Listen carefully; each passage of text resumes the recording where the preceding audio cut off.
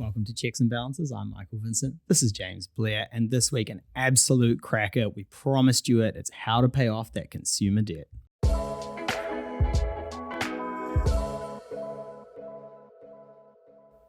Okay, this is the one, ladies and gentlemen. This is the Money Month episode you gotta listen to.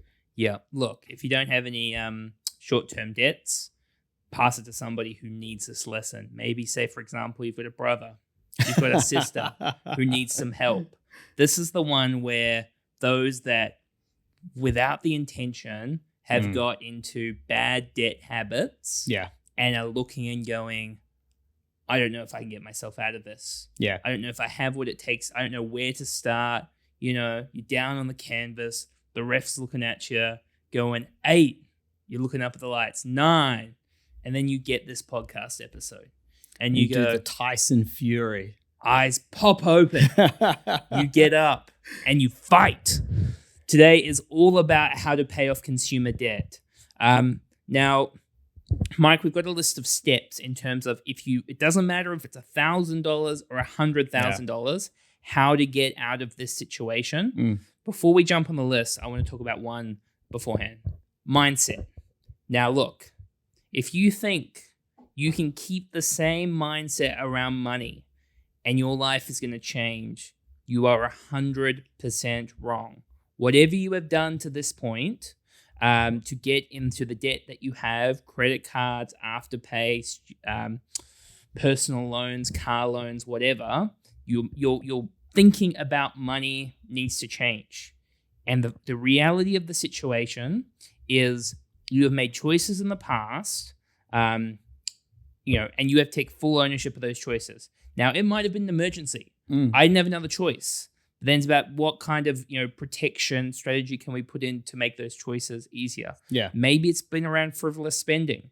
That needs to change going forward. You will never use any of these debts again. And if you come with us on the journey, we will change your life. Yeah. And that is a really interesting point to make, right? It's like there is 1,000 excuses for taking out short-term debt. And nobody, when they take out short-term debt, goes into it going, I'm never going to be able to pay this back. Yeah. It'll be fine. I'll pay it back. I know they set the repayment period for 3 years. I'll do it in 12 months. That is 90% of people's mindset when they get into short-term debt. And if you're sitting there and you're going, but Mike, I had to get this for my family, for my kids or something, I completely understand. I'm not discounting that at all. However, I would say that might be 5 to 10% of all consumer debt at an absolute stretch is around an absolute need. The rest of it is a want or a luxury item. Yeah. And if you say to me, well, I can take advantage of these things and manage them in a way where I'm not paying interest, do you think these products are set up as a charitable scheme where we give away money, you get what you want, and then you don't have to deal with it? Do you think the banks give away thousands and probably hundreds of thousands of dollars away in points a year and air points a year so I can go on my trip to Queenstown and go skiing? That's not what's happening. People are making mistakes with these products. People do not know how to use these products, and people are profiting off you. And the reality of the situation, if you want something, save for it. Can I tell the story about the Airpoints Westpac credit card? Well, I don't know what the story is. We can, if this ends up on the table, we can leave it there. So when Westpac launched the Airpoints credit card, they forgot to put a cap on the amount of Airpoints you could earn per transaction. Yeah. And some guy realized this and was like, oh, sweet. Went to paid for essentially his entire works trip away. Took the whole company, I did the whole thing, and blew through Westpac's Airpoint allocation in 2 days. And they had to back out of the whole thing and quickly put a cap on it. Yeah. It cost them a ton of money. Yeah. Wow. How high is the cap? Oh, I'm not sure. There's some sort of cap in place now, but yeah, I think he put through an $80,000 transaction on a world card and blew through a holiday airport. Yeah, cool. Okay, well, let's get to the action. It is all about, we can think about things for however long we want. The key to financial success is execution. So, Mike, where should we start? Well, counterintuitively, we're not going to start with just paying off the debt. What is the first thing we should do is to save $1,000 as fast as possible. Why should we do that, Mike? We call that an emergency fund. Yeah, look, if coming back to, I didn't go buy a car. I didn't go I didn't go on a holiday. I didn't go and buy crap that I didn't need. I was in a situation where I had to, repair my car, or I needed a car phone. blew up. Got to repair it. I needed a new phone. I needed something. Yeah, all valid points. So the point of this is not to save. Put a Band-Aid approach. We don't just want to slap a Band-Aid, pay off some debt, reduce your interest costs. It's about how do we make this sustainable going forward. And it's, instead of the ambulance at the bottom of the cliff mentality. So the saving $1,000 will mean you have some sort of buffer in place that when something goes wrong, you don't go maybe what you've done in the past and go use the credit card.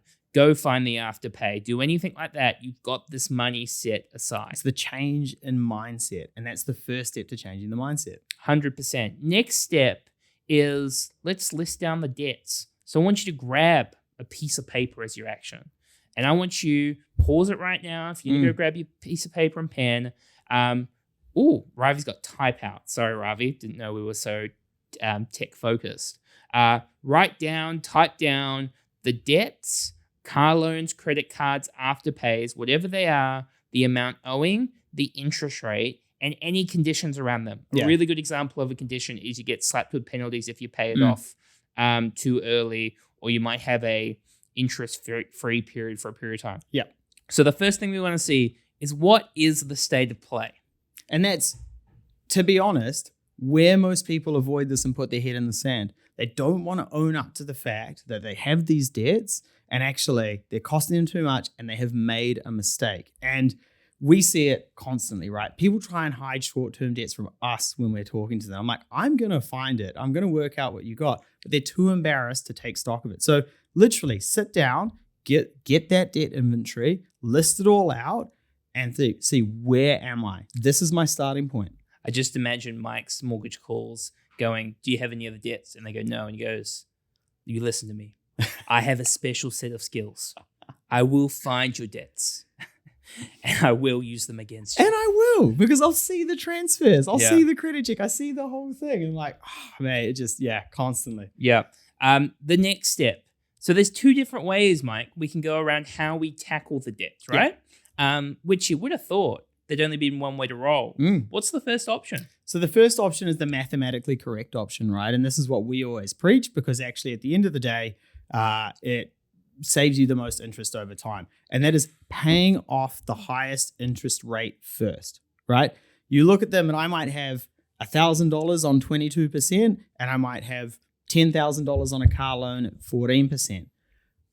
You literally look at that, look at the highest interest rate and go, that's the one I'm going to hit first. And you knock it down in that order of dominoes. Now, that is not always the easiest thing to do. If we reverse those scenarios, if I have $15,000 at 22% and $1,000 at 15%, I might want to tackle that $1,000 first. Mathematically, you should do it the other way around. Yeah. So let's talk a little bit about the one where we focus on the smallest debt first. You might go, well, that doesn't make a lot of sense. I'll focus on the highest interest rate.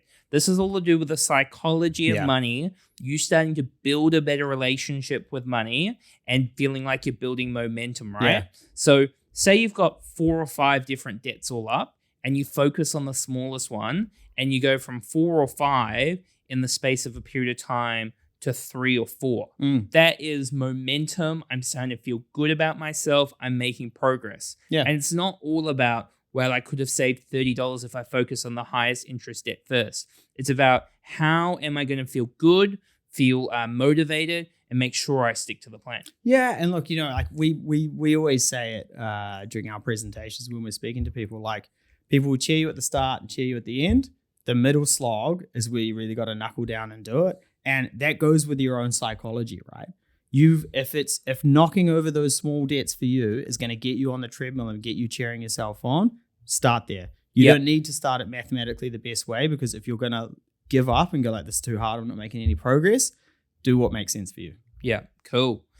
So the next step is get on a budget.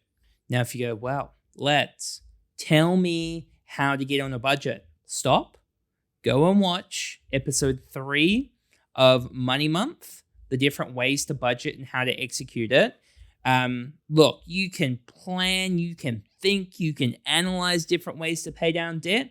The bottom line is you need to do the hard work. You need to set up the budget. You need to set up the structure. You need to set up the automatic payments. You need to, if you're in a big hole, your life needs to change. You cannot keep the same habits, live the same kind of lifestyle, have all the fun you have, talk all the time about, hey, we're nice guys. It's all about sustainability, having fun. The reality is if your situation is not looking good at the moment, you've got to sacrifice and pull yourself back. Yeah. Because if you do not clear these debts and build momentum and feel progress and are prioritizing, trips overseas and, my partner bullied me into going on this trip. I want to buy a French bulldog. Yeah. Or whatever it might be. You need to go, no. This is my focus. It's winter. I'm closing up shop. I'm focusing on getting myself into better financial shape. And that budgeting episode will break down everything you need, automation, amounts, structure, accounts to get where you want to get to. And if you're looking at that budget and you're going, all right, I've got it locked in, lads, what is the next step? In the gym analogy, we'd say it's time to start cutting carbs. When actually, it's time to start cutting cards. Those credit cards are evil. And look, we talk about this all the time, right? The credit cards, there's no reason to have them hang around. If you have a good financial plan and it's scary cutting them up because for a lot of people, that credit card is their backstop.